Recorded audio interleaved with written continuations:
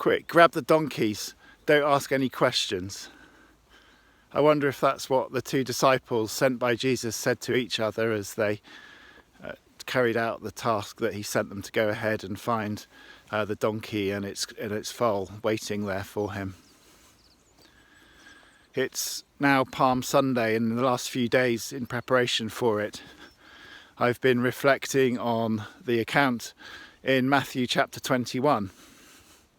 And it's really difficult because we mostly associate Palm Sunday with the crowds and with the noise and the celebration. And as our streets lie empty as we go through lockdown, it's really hard to imagine that. But what I'd like to do is just spend a few minutes not thinking about the crowds and the noise, but about the person of Jesus, of what Palm Sunday tells us about him.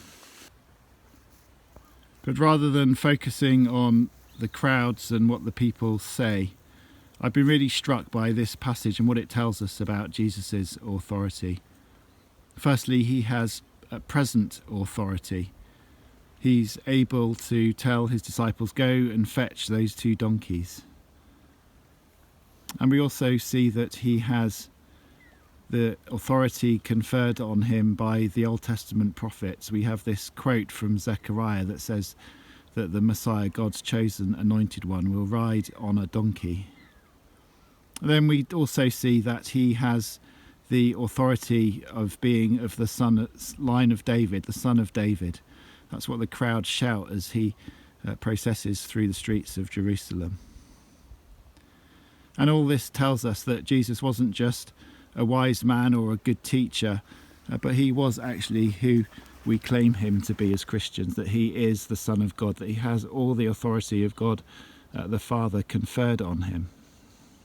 And so as we spend this Palm Sunday in rather strange circumstances, I'd really urge you to read that passage in Matthew, to take on board the truth of who Jesus is. And as we enter into Holy Week, as we follow the events that led him to the cross and then his glorious resurrection, ponder on that in your hearts this week. Amen.